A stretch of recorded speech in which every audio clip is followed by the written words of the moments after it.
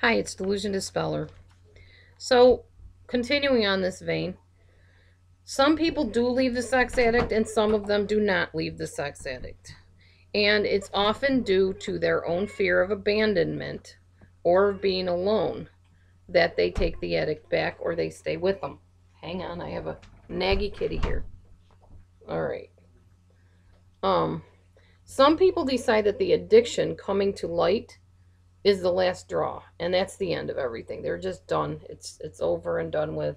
I told you if I ever caught you with those magazines again that you're cheating on me in your mind, and that's it. It's over. Or if you called that girlfriend up, which you did, that you broke the covenant of our marriage and I am finished. Okay. So regardless of whether you stay in the relationship or stay with the addict or not, or you leave, then you need to talk to a counselor or professional or a 12-step leader about your decision either way. You need to determine your why. Are you leaving to manipulate the addict into changing or getting help? That's the wrong motive. Are you leaving because you feel it's better for the children? That may be a good motive.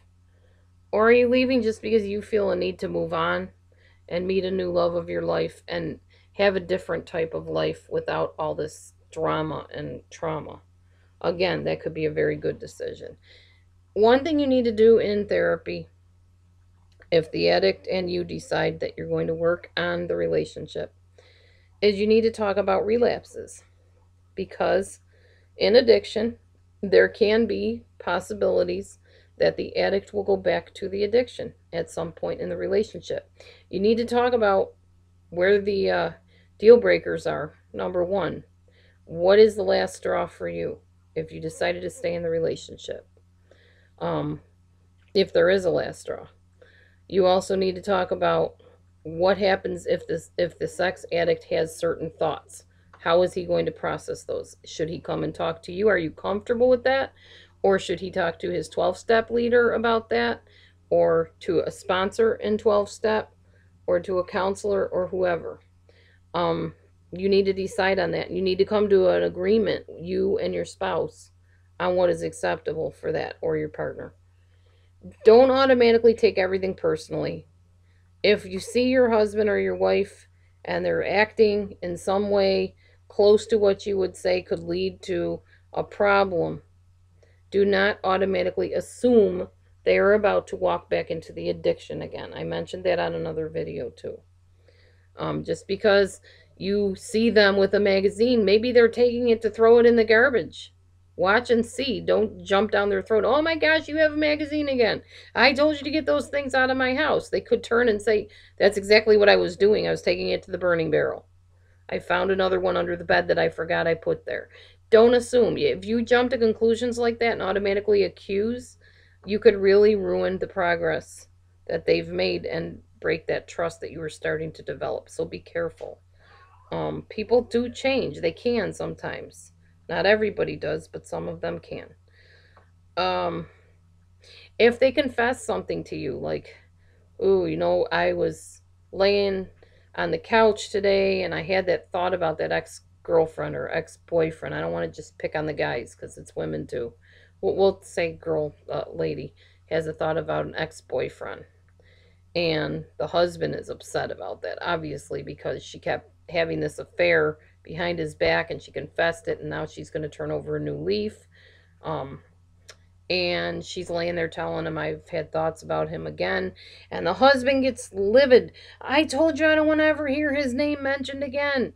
Well, she may be disclosing this to you because she's feeling bad about it and she needs to talk it out so that she doesn't keep dwelling on it. She may even be trying to tell you, I had that thought, but I didn't act on it, but you've already cut her off in conversation, so you don't listen to that part of it. So don't cut people short. Let them tell you what they have to say if you've agreed to stay with them and accept their disclosure. Otherwise, you may tell them they need to talk to the therapist because you can't handle it, but you got to decide that for yourselves. Um, so I think that's it for now, and I will definitely be coming back to you with some more notes and some information as I glean more information. I'm still learning myself about all of this stuff. But be prepared, because I will definitely be bringing more.